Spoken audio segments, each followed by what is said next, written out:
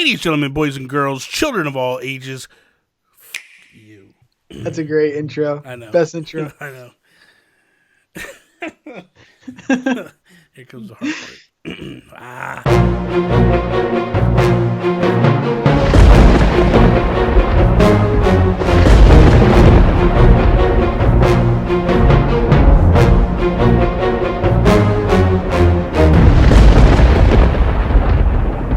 Ladies, gentlemen, boys and girls, children of all ages, welcome to episode 112 of NintenTalk. I am Bobby, the Nintendo Guru, joined by the most handsome man in all the land, Mr. Patrick McNamara, Mr. NintenTalk himself.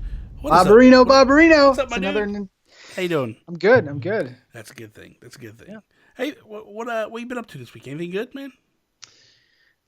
Just been working a lot, playing some games. One that I'm reviewing, first review of 2020. So get to that. Anything good? It's my Geek Out, Bobby. Is it? Okay, so we'll hold off then. We'll hold off on that. What about you, man?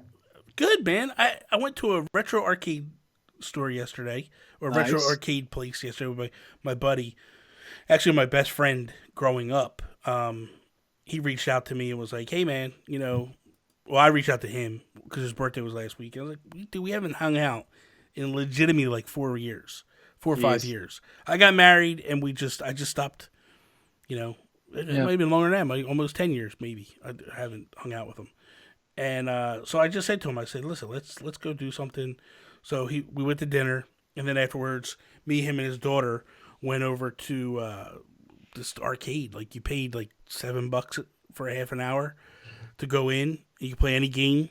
Oh, nice. So they're all unlocked. It's all unlocked. You just go. That's cool. And then what do? Here's Fortnite on the wall, and I'm over there playing Fortnite. No. I'm like, I could be playing this at home for free. Why am I paying $7 a half an hour? But he was just like, what is this game? Show me how this works. I was like, all right, come on. But it was so weird playing with a PS4 controller. Oh, yeah. I did pretty good. I got the top 6. And I got some kills, but would you log into your thing? No. It's already set up. They have like the store has like 7 or 8 accounts set up. Yeah. It's pretty cool. There's a barcade near me. It's like you pay like I think it's like $7 an hour or something. Mm-hmm. Do they have like Donkey Kong cabinet? They have some nice Nintendo ones. Yeah, man. We were playing. That's what happened. We went in and me, him, and his daughter were playing Donkey Kong, and he was like, what? He was just like, let's see how good you are, kid. She's like 13. She beat us both. She got like 14,000 points. I got 11,000. So I was like, well, I was close, but it's been a while. Plus the control sticks aren't like dead on. Yeah. Like they're just kind of wobbly and stuff. And I was like, this isn't the best, man. This is kind of crap. But anyway, Pat. Oh my God. Yes, man. Bobby. Let's kick this episode off like we do every single episode with our Geek Outs. Geek Outs. I'm geeking out. I gotta get Toby back. Toby, I didn't have these issues with Toby. Bobby, Patrick's doing a great job. Toby used to get excited for Geek Outs. You're just like, I'm like waiting for you to, but it's my job. Pregnant pause. You're supposed to go yes. Like, come yes, on. Bobby. I'm asking you a question. All right, go ahead. So my Geek Out is about my first review of the year, which is coming out soon this week if you're listening. Skellboy. It's coming out, what is it, the 28th, I think? Yeah, I think so a couple days.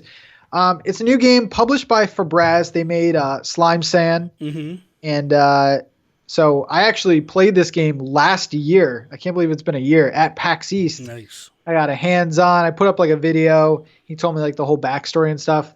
But now it's coming out on the eShop. I think it's like $16. I could be wrong.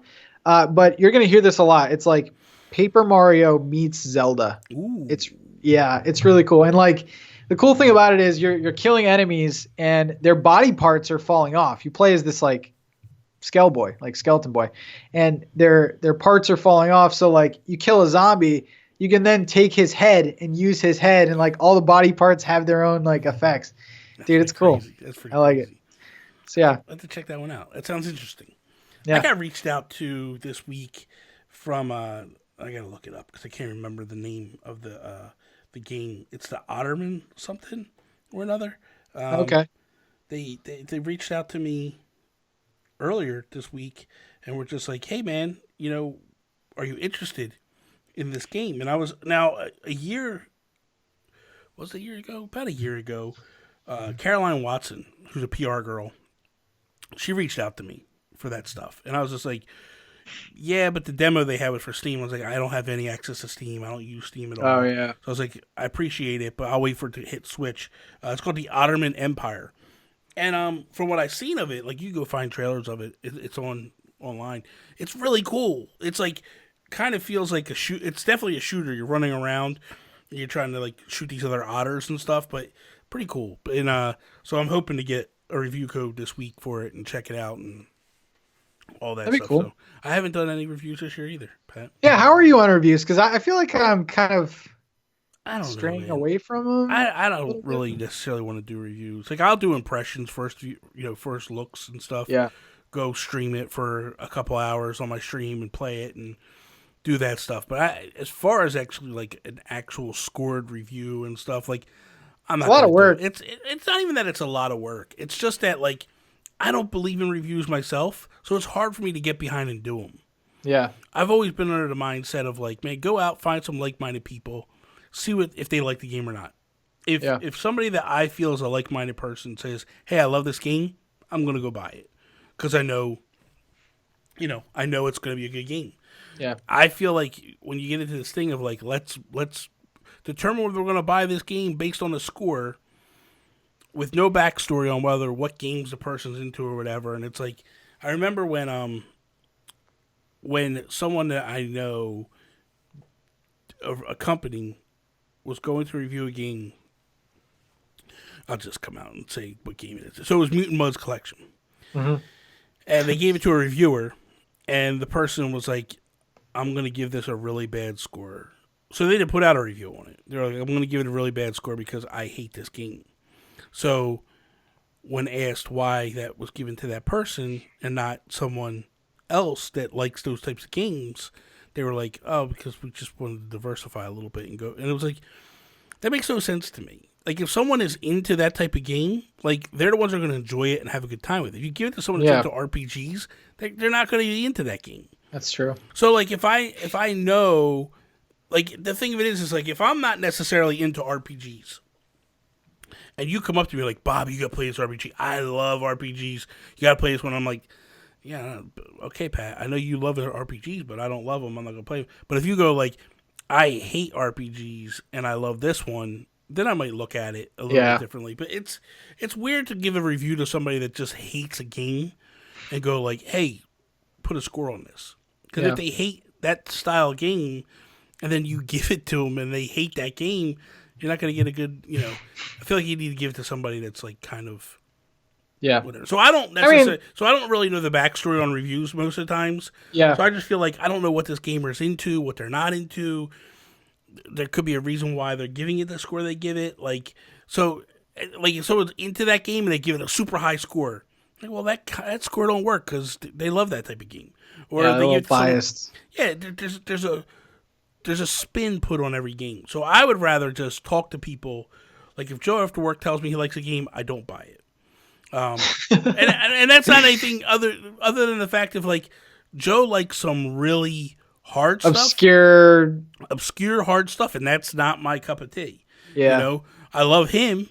I love what he does. That's just not me. I can't mess with that stuff. I mean, let's be honest. You could pretty much tell if you're into a game, like 5 to 10 minutes of gameplay or a stream. You'd be like, the game type, the graphical style, whatever. And I feel like reviews, and there's a whole other like underlying thing we're probably not going to get into, but like reviewers think that they have to score a game well to get future review copies, and that's not the case, really. I mean, so I respect critical reviewers, not reviewers that are just going to throw a game under the bus. But there's a lot going with like pre-edited, so there's a lot there. Yeah. But So myself, I am geeking out about this little show that I brought back Friday. I started doing Breaking Bells live format now. Yes, we're on Twitch. On twitch.tv/Nintendo Gurus. So I put it over there, and we recorded there. And then the next day, I put it up on YouTube and Spotify and iTunes, which, by the way, this podcast is now available on Spotify. Sweet. So I put it all over there.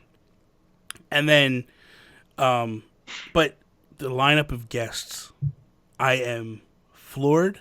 I am humbled. I can't wait, dude. This week we have Josh Thomas coming on.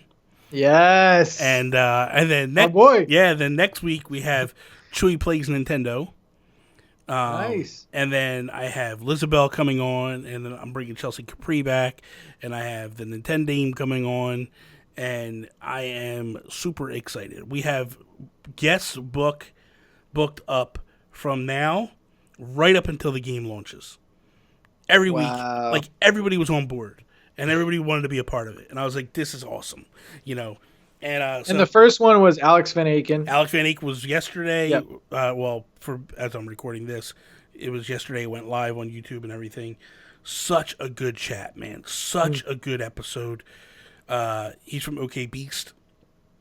Go check out his stuff, man. It was such a good conversation. Because here's the thing. I read the reviews on Breaking Bells, and some people were very critical of me in those reviews. And I was like, so consciously in my mind, I'm trying to not do what I was doing. Yeah. Where what was happening was, and I agree with what the reviews were. Reviews were basically like, Bobby keeps talking about his experiences with Animal Crossing. And I'm like, yeah, after the first episode, you know my experiences. So I need to stay focused on the guests a little bit. Yeah. So I've been working on that aspect of it. And I think I pulled it off pretty good with Alex, unless he asked me a question. If he asked me a question specifically, which he did a couple times, then I answered those questions. Yeah. But what I did was I changed the format a little bit too, where we start off with, 3 questions. What's your first Animal Crossing game? What's your favorite Animal Crossing game? What's your fondest memory of Animal Crossing? And then from there, we moved into actual content.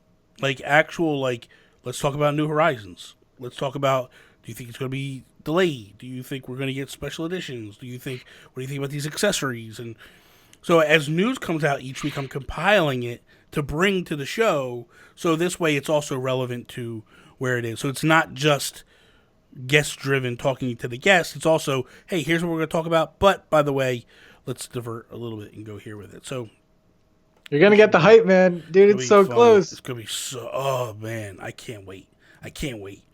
I'm like, I also did a test because I'm buying this game. Like 10 different times. Well, I've already pre-ordered a bunch of times. But I'm buying it, the Japanese version. Yeah. So I can get it. So you're going to load it up beforehand. 12 hours. 12 hours sneaky ahead of little time. Guy. Right? So here's the thing. I was like, some people were like, yeah, but are you going to be able to play it? Will it be American? Will it be English? I was like, So I bought Brain Age yesterday as a test. And I bought it from Japan. And as long as you use your account, it automatically translates. Translates. I was like, woo, we're in. Come on, Animal Crossing. I'm expecting a 12-hour stream, Bobby. Dude, I'm expecting more than that. So I'm literally taking off the week. I'm taking off from the 19th for a week. Actually, I'm going into work tomorrow, and I'm going to tell my boss, I try to take off, during the summertime, and they put the brakes on it, and I'm like, yeah, now we're getting close, so you're gonna approve this, because we're going to make it happen. There's a lot to talk about, man, because they've shown very basic stuff. You can craft now, different details like paths and new outfits and stuff. But dude, they really haven't shown a lot of the map. Nothing. I mean, there's a lot of stuff missing. We don't know anything. That's what I said to Alex. It's like they've showed us a few things, but we have no idea what's coming for this game. No idea. It is so open world in terms of we don't know anything. Yeah. We see a couple characters. We see Blathers on a... It's funny the news, how people are clinging so hard. I don't know which company it is, but they do the Switch cases. And they're really nice artwork and stuff. And on the cover is Mabel and Blathers. Which is the first time. Blathers confirmed. Yeah, and it was the first time and these people are they're confirmed now. And it's okay, but what capacity? You know what I mean? Is it a matter of because the funny thing about Blathers is he's been in every Animal Crossing. He's been in every Animal Crossing, but his role has slightly changed every version. So in the first one, he was just an assistant to the museum. So what he would do is he just worked there. You had to actually mail your fossils off and then to the museum, and then you had to wait 3 days for them to come back, specified to what they were. And then you could take them to Blathers, and he would admit them into the museum. Well, then in Wild World, it changed where you didn't have to mail them no more, and he could then check them out and give you the answers and stuff. So it's funny that how it's changed over time. But man, I love that dude. I love that dude. It's exciting. I can't wait. I cannot wait for this game. Like, is my boy Brewster going to be back? Like, Brewster isn't there at the outset of New Leaf. Like, spoilers. In previous games, Brewster was actually in the museum. They had a cafe built in the museum. In this version, in New Leaf, you actually build the cafe. And then he has his own spot in the cafe. So it's really good, dude. It's really good how they've diversified and changed over time. But I'm so hyped for this game. Are you a big Animal Crossing fan? I'm not like a maniac. I feel like you're either like casual or like crazy, and I'm not crazy. But I played New Leaf. I played the Wii version a lot. Okay. So I like it. So you're a hater. I got you. I am fully going ham on New Horizons. We'll see. Can't wait. We'll see what you're doing, if you're doing anything. It's gonna be iffy with you.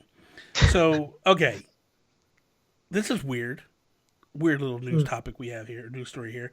New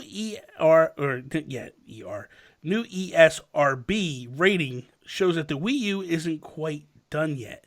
That we're actually getting a game on the Wii U years later, like literally 3 years later. We haven't gotten a game. Let's fix that. Sometimes we get Just Dance games that hit the Wii U, and I mean we're still getting Just Dance games on the Wii, so that is what it is. But this game is it's Shakedown Hawaii.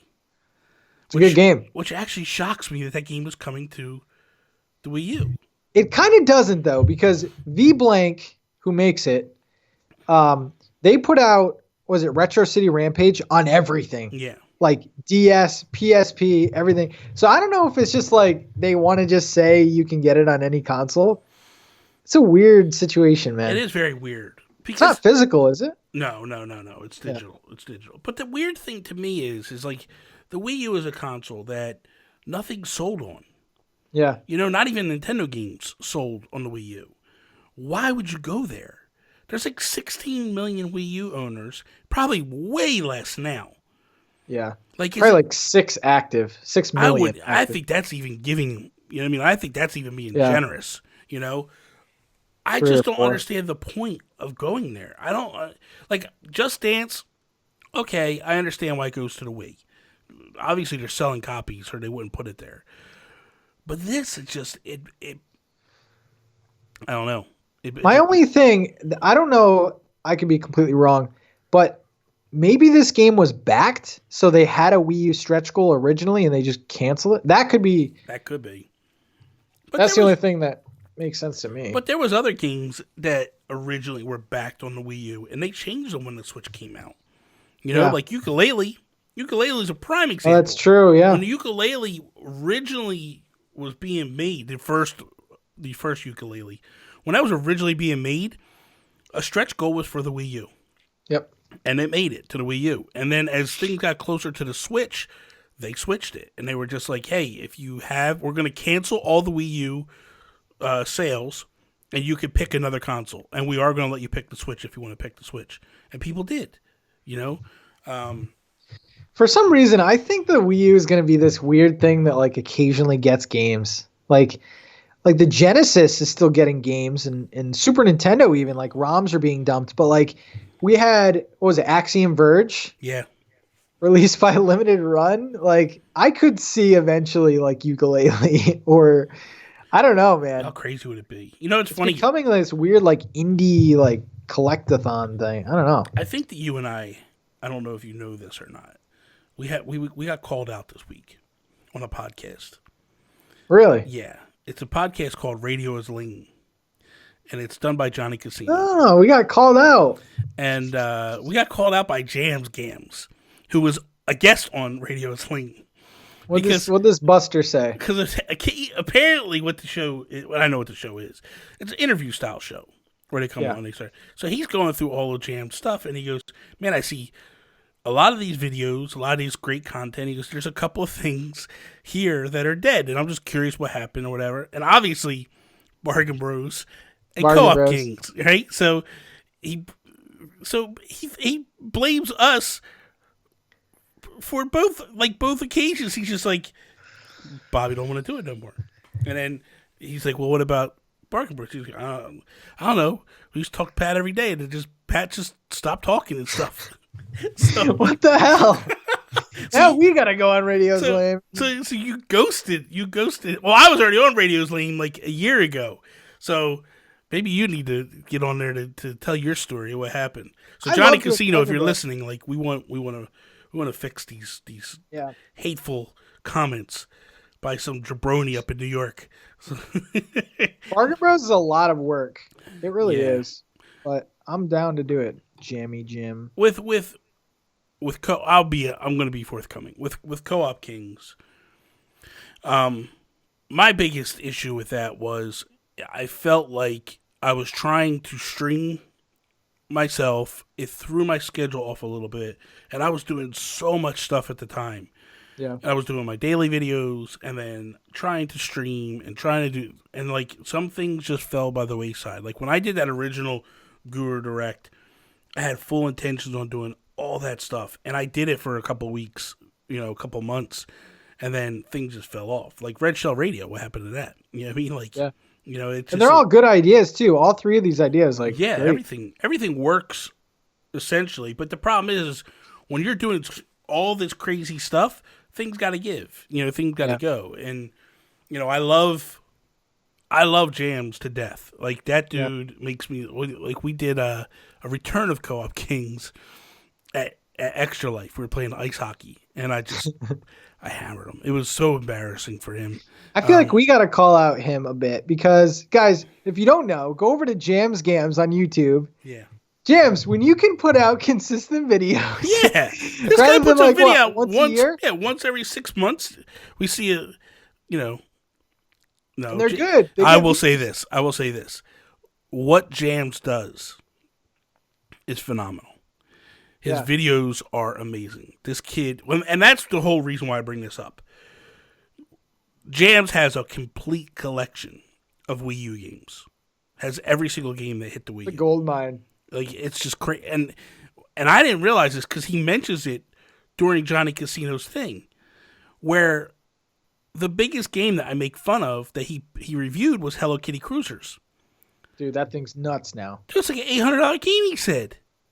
800? That's what he says on the thing. Maybe sealed. Maybe. I don't know. But dude, that's just nuts to think that Wii U games are that kind of money.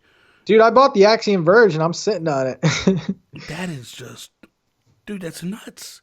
It's nuts to think that the Wii U games are that pricey. Unbelievable. I can't believe. There's some weird ones too, like the Sonic 2016. Mm-hmm. That's like $70-$80. Oh, you're talking about the Olympic game? Yeah. Yeah, dude. That's why I bought the physical copy for Switch, because it isn't just that; it's every single Sonic and Mario goes to the Olympics. Yeah. When they sell out. They're impossible to get again, and they are so much money. The value. Sega, right? Yeah. Well, Nintendo did the first ones. Yeah. And then now this latest one's by Sega. Yeah. But it's crazy the money. Yeah, there's some pricey games already. Oh my god, dude! It's like all day, every day. So yeah, I think, and he mentions in there that he thinks that there's going to come a day where the Wii U is kind of going to be kind of like the Dreamcast. Yeah. Where people love it, they want to get it, and I still have my Wii U. Like we traded in one. We had two Wii U's in the house. We traded in one when the Switch came out. I will not get rid of my other one. I have it with the external hard drive, like 190 games on the external hard drive. I need to hook it back up because I have so many virtual console games. It's not even funny. You know what's really rare is, well, first of all, the white systems. The white systems are Yes. like way rare. Yeah. But if you have one, like any Wii U system in a box, like sealed, that's like disgustingly expensive. It's like $1,200. That's nuts, dude. This is something that nobody wanted. I just saw them like 3 years ago in the store. Oh my. 3, 4 years Well, that ago. was one where Nintendo, rather than discounting, they actually bought them all back Yeah. from the stores. They wouldn't let the stores get rid of them or drop the prices on them. I was talking about this the other day. I don't know if I mentioned it to you. I might have mentioned it to you. That I bought this 8-bit dough brick. Oh yeah, the Bluetooth, and you're using the Pro Yeah, I'm controller. using the Wii U Pro controller on it. Yeah. Like it's such a good Pro controller, and the main reason why I use it is for the D-pad. So Yeah. when I play retro games, I use that because the D-pad is on time with that thing. So it's better than the D-pad on the Pro controller we have for the Switch. Now what's this whole thing about the Wii U eShop? Can you not you have to like buy eShop cards? Did they shut that down or something?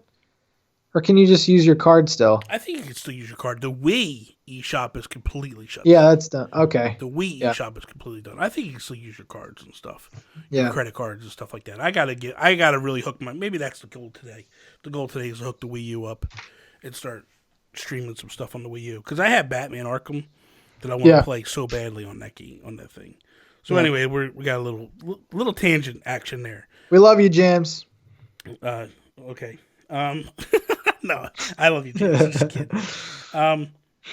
Okay, so the next story that we have here is Super Nintendo Land comes to Orlando, Florida by 2023. And they're actually calling it the new Epic Universe Park.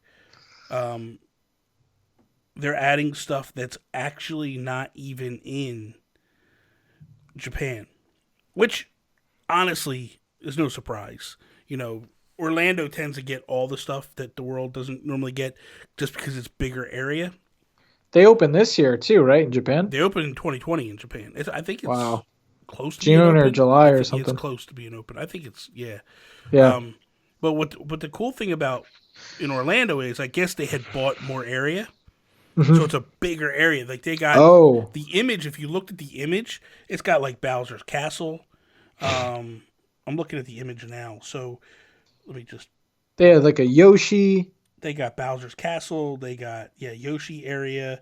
They have a Zelda area, I believe. They're talking about Zelda and Pokemon getting an area of their own.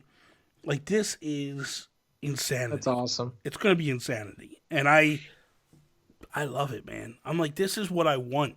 You know what I mean? Like I want an area that's just massive and huge. It just has all these Yeah. great things. So for me, I'm all in. I'm sold. I'm all in. Yeah. I can't get enough of what is happening. I don't want to even mess with Japan for a while because that place is going to be a madhouse, and I probably won't even go to Orlando for a couple of years because I'm just not a fan of like the big, massive crowds. Yeah.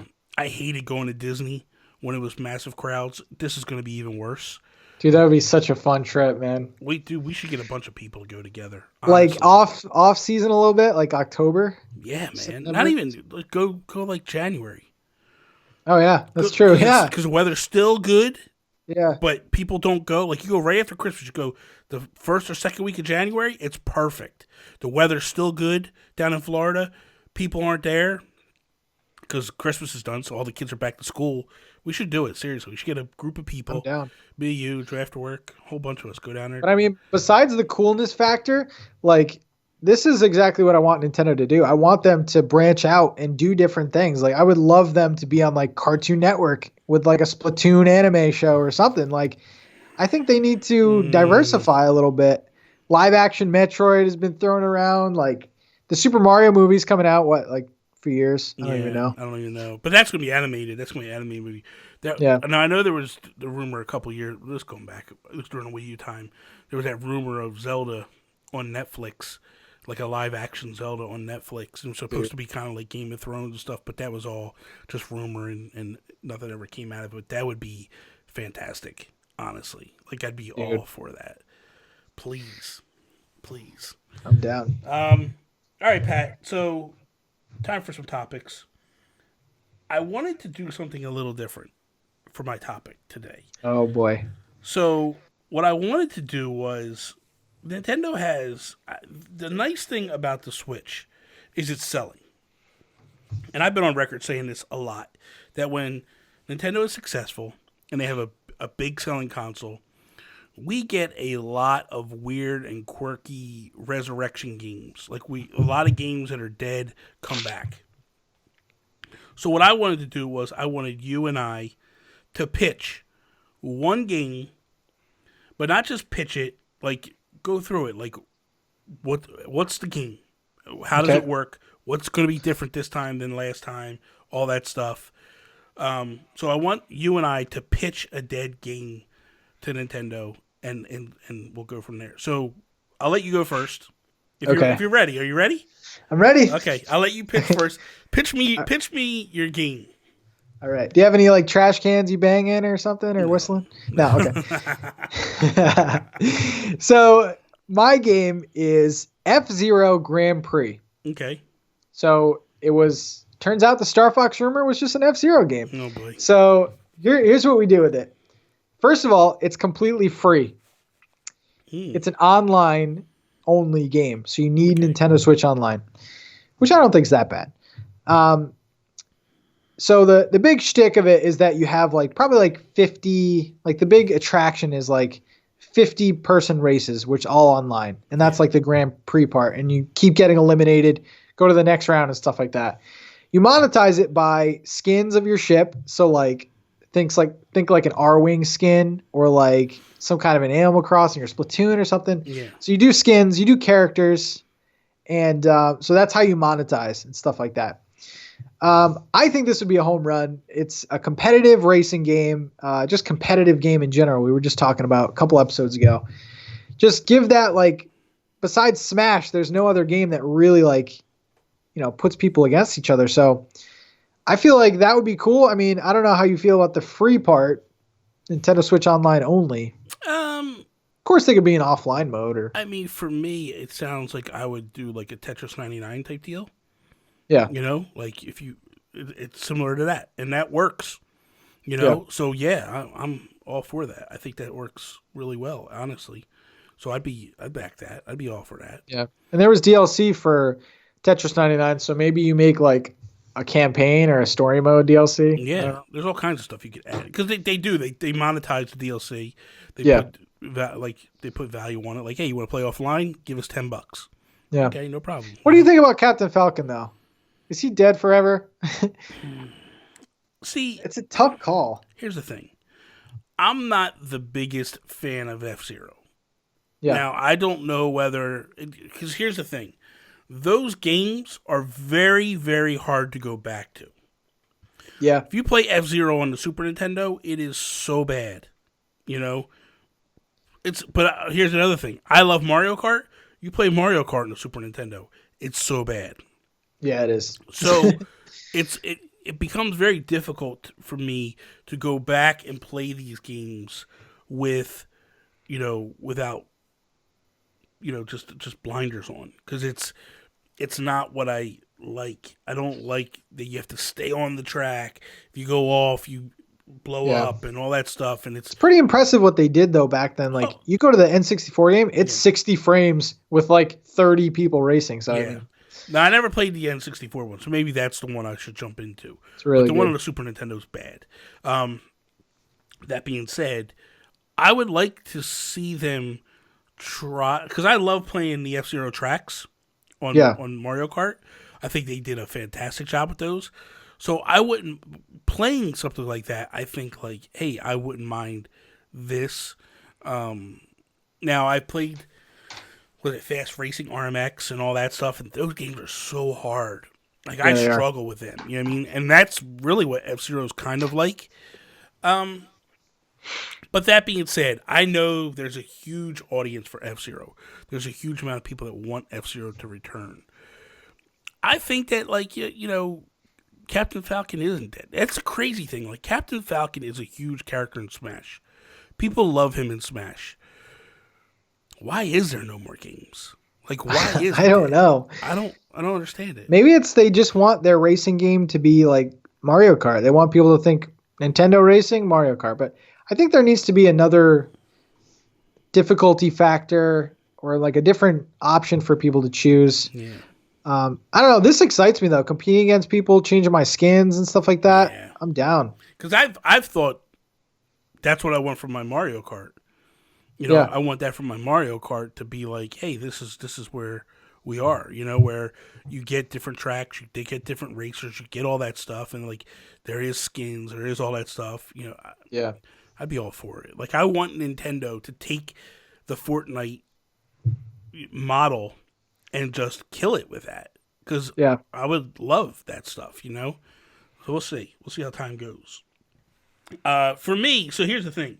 I actually listed a lot of games that I thought could potentially be ones that I do one for, right? And I just went through and was like, what games are dead on the Nintendo franchise?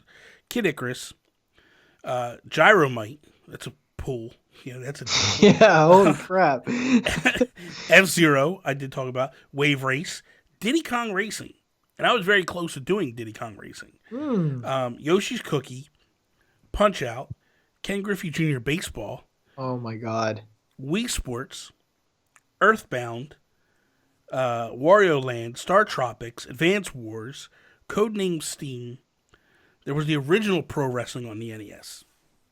And I went through all those games and I was just like, that's not the one I want.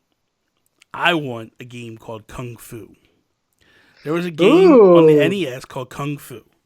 And essentially, I have a list here of stuff we're going to do to this game. This is what we're going to do. First off, I would give it to Retro Studios. That'd be the first thing I'd do. Because I feel like if anybody could do something really, an homage to the classic and do something really good with it, it'd be them. So for those who don't know what Kung Fu was, your name was Thomas. You were kind of like a Bruce Lee type character is the way you looked. There was an evil Mr. X who came in, kidnapped your girlfriend Sylvia, and then you have 5 levels essentially. You're starting on one side, on the right, and you're working your way left, and then you get to the end, you fight this boss, whoever it might be, you might have like knives or whatever. You fight the boss, you beat the boss, you go up the steps, now you gotta go from left to right. And it's not super hard, but there was like a level 1 and then level 2. And level 1 was not that difficult, but whatever. But level 2, it got a little bit harder. And then when you beat it, you went back to start. And it was just repetitive. It was old school stuff. So the changes I would make is, number 1 is, I would keep it pixel art. I would go 16-bit graphics with it. Okay. The difference is, though, rather than the very repetitive left, right, up, down, all that stuff across, I would make it more like a Double Dragon, a Final Fight type game. So a beat 'em up, per se, a more better beat 'em up. The way I started off is the game would start off 16-bit graphics with a cutscene. And this is very loose or whatever, so it's whatever. But Thomas comes home from visiting his sick mother to find his house destroyed and his girlfriend Sylvia missing. He finds pictures of Sylvia beaten up throughout the house. Like there's just Polaroids of Sylvia beaten up, laying across the ground on the floor. He goes to their bedroom and finds a gigantic X spray painted on the wall, and then the game starts. So, oh my god. And then basically, like I talk about, like unlike the original, I would do like a Double Dragon type vibe or something like that. Like I think that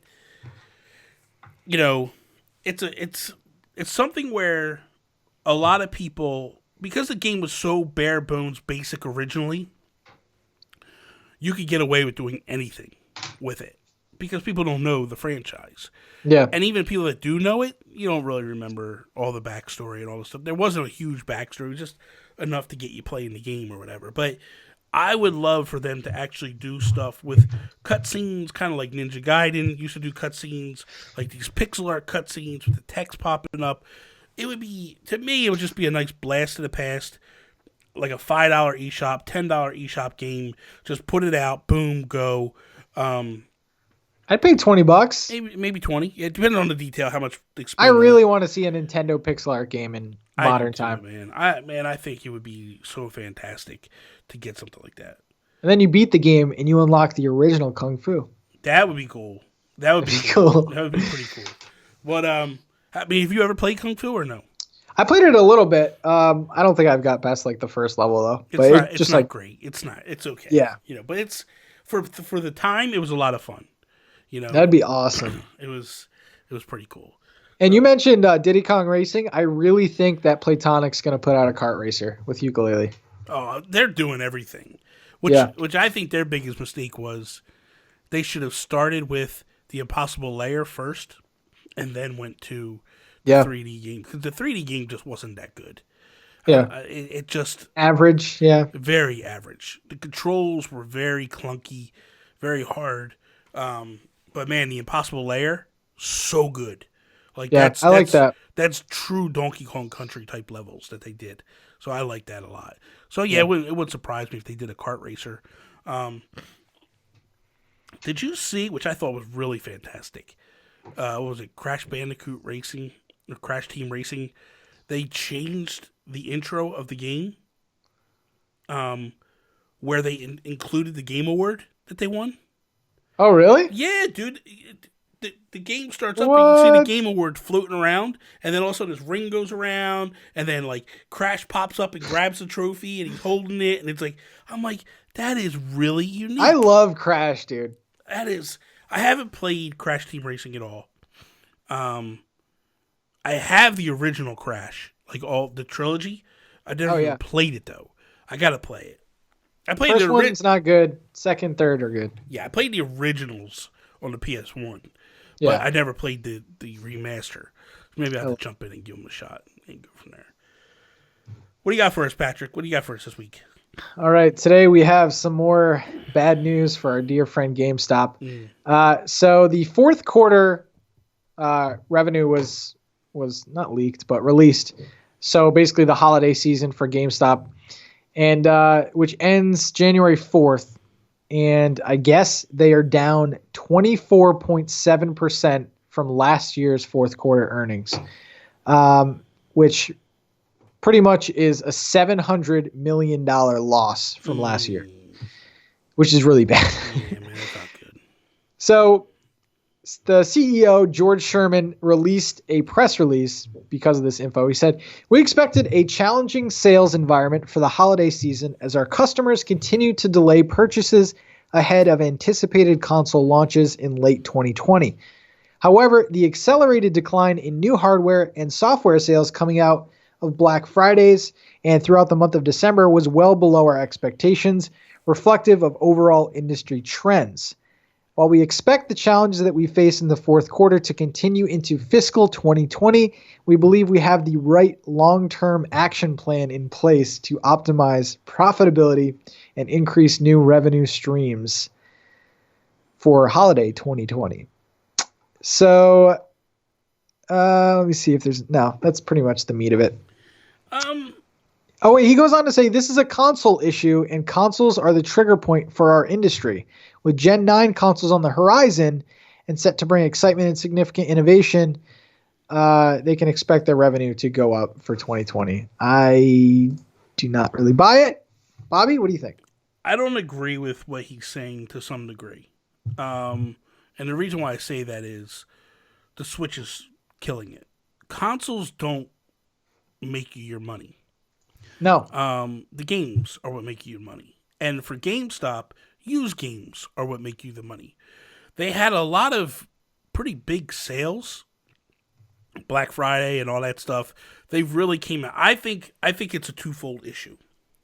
Partly was trying to downsize stores during the fourth quarter, and I honestly believe that when you're in the process of laying people off and downsizing stores, they just don't care, and maybe their initiative to sell just isn't what it would be if it was a normal circumstances. So I think but he doesn't want to say that because then that kills morale for employees, current employees that are there.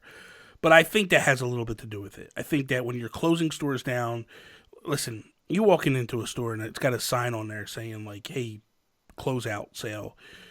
Your days are numbered. You know this. You're not wanting to be there. You're putting in time." So they're probably not pre-selling games. They're not they're not pushing stuff. They're just showing up, collecting the check, helping people as they can, ultimately, and doing what they can do. And you're right, because he emphasized console sales being the main reason why the decline. And that, you're right. New consoles and new games are like the lowest profit margin they can make. Exactly. It's all about like selling ARMS at 60, making $5 but then some guy returning ARMS, selling it for $50. Yeah. And there you go, giving them like 20 for it. I think they're in a situation where, I mean, if we're being honest with the situation, I think the economy is good right now, and GameStop doesn't do well with a good economy. GameStop makes money when the economy is bad. When the economy, or not bad, but like not the best economy. And what happens is people will go trade in games because they don't have the extra revenue. Yeah. They'll go trade in a bunch of games in order to go buy a new game or whatever. And that's where their bread and butter is. Their bread and butter is in trade discounts and all that stuff. Now, I did see where recently they started offering more cash back because normally it was like if you took in-store credit, you got one value. If you took cash, you got another value. Yeah, they had a sale where it's like trade-in value and cash value are the same. Yes, and now they got it to the point where cash value is starting to come up on it and stuff. I think that's they're making changes to stores. That's the other thing too. The other thing that I think he made a mistake by not talking about was they remodeled a bunch of stores. Yeah, that's not cheap. So I think he's trying to push off the real reason. I think ultimately it's a twofold problem. Number one, you got stores going out of business. Employees aren't pushing things. The incentive isn't there. Number two, you remodeled all the stores that are remaining. Yeah. Some of them got these big retro areas, these big lounging areas, so they got couches. I know my GameStop got brand new flooring, brand new shelving, brand new walls, everything. Like they did too. Brand new ceiling. Like they did everything across the nine. You know what I mean? But the store that's going out of business, they didn't get anything. Like so I think that's ultimately the tell. Now, moving forward, their biggest issue is Amazon. How do they... But that's not just them. That's Best Buy. That's all those guys. I think what GameStop needs to focus on, if they really want to make something of it. If you remember a couple years ago, they started to get into developing games. Stay out of that business. What they need to do is they need to become the company that gets exclusive collector's editions that nobody else carries. Go to Nintendo, go to PlayStation, go to Xbox, go to these developers and go, we want to fund you. We're going to help fund a collector's edition that nobody else gets. Mm-hmm. We're going to put out 5,000 copies and that's it. And then what happens is initially people will be mad because they can't get the collector's edition that's exclusive to GameStop. But then what will happen is you might be able to do something like limited run where you can open it up a little bit longer and do whatever. But I think that's where you need to give people a reason to come in. Mm-hmm. And collector's editions will bring gamers in the doors. If you got a collector's edition that you can't get on Amazon, that you can't get at Best Buy, you can't get at Target, you can't get at Walmart, people will come to your doors. Like, what if they announced a GameStop Animal Crossing Switch Lite? Yeah. I mean, they've done console exclusives before, but they have publishing power too. Like, they were making games. Why not buy some rights to some indie games, follow trend, and have people like line up at your door to get Hyper Light Drifter, physically? Like, they have the power to do it. It's just like all these ideas. I don't know if it's. I mean, $700 million loss last year. It's a lot of money. But, dude, how much do you think those renovations cost? Yeah. But you also got to think, new console generation, Xbox is not going to be the answer for you guys to make your money on. Nope. You'll get the, limited profit from the console, and then they're pushing Game Pass. They're pushing xCloud and stuff like that. So it's like, what are you really making off the next console generation? Even Nintendo, they're offering you tons of gold coins to get everything digitally. Like, it's a I don't know. They gotta do something that stands out. Now, here's the thing. I do enjoy shopping at GameStop. I love it. for the main factor of I like to go get the little statues, and I don't buy games there. Yeah. I don't buy any games at GameStop anymore. I buy peripherals from there, and I buy different little quirky things. Like I went there the one time, and I got it back there someplace. The Fortnite, llama plushie that they had. Like there's different things that I'll go in. I'll be like, oh, I can only get that here. I'm buying it. Like I have a Joker pop in the living room. It's like a movie scene pop, and it's from or actually one from Batman Hush, where it's Joker posed like a scene from Batman Hush, and I was like, I love this. I'm buying it. That's awesome. And it was exclusive to GameStop. They have statues now that are just exclusive to GameStop. What they should do as well is they ought to do a partnership with First Four Figures and get some exclusive stuff. Like I literally just bought from First Four Figures. I have 2 First Four Figures. I have 3. I got my Tanuki Mario here. I have the Luigi one, and then I have Shovel Knight sitting down here over the shelf. I just bought my 4th one, which was Mega Man, and they have 3 editions of Mega Man, and they got like a super rare Ultra one. But why not get involved in that? Why not go like, listen, how much more money is it going to cost for this? And this will be a GameStop exclusive. You can only get this version in GameStop. That's the stuff they need to do.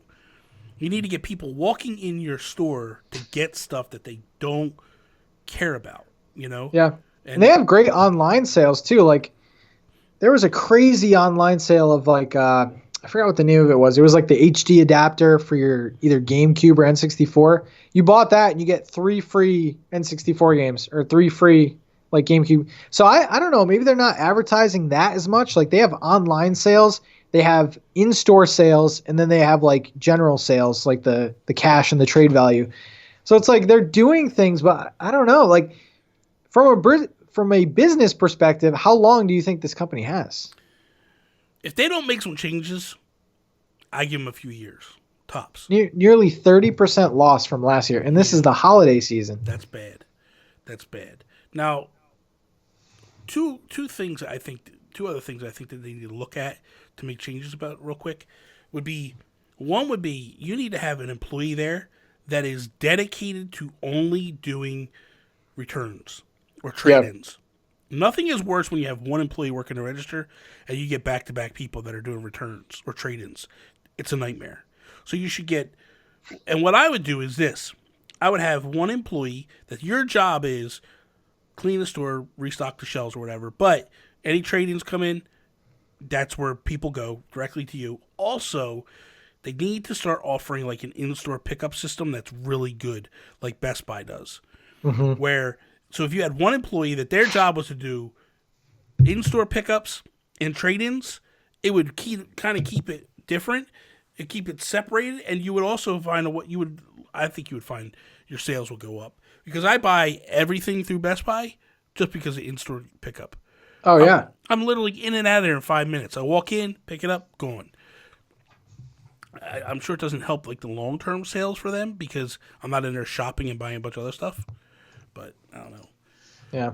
So how upset would you be if GameStop goes away?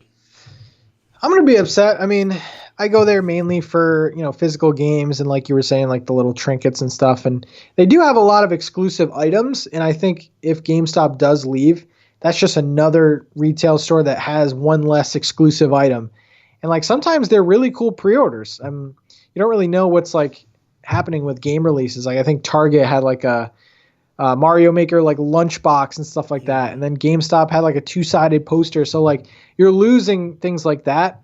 Yeah. But I think the prices on Amazon and Best Buy may go up. I mean, monopolize the market. I think they're competing with GameStop. Just eliminate them. Yeah, pretty much. That's what it looks like. Seems that way.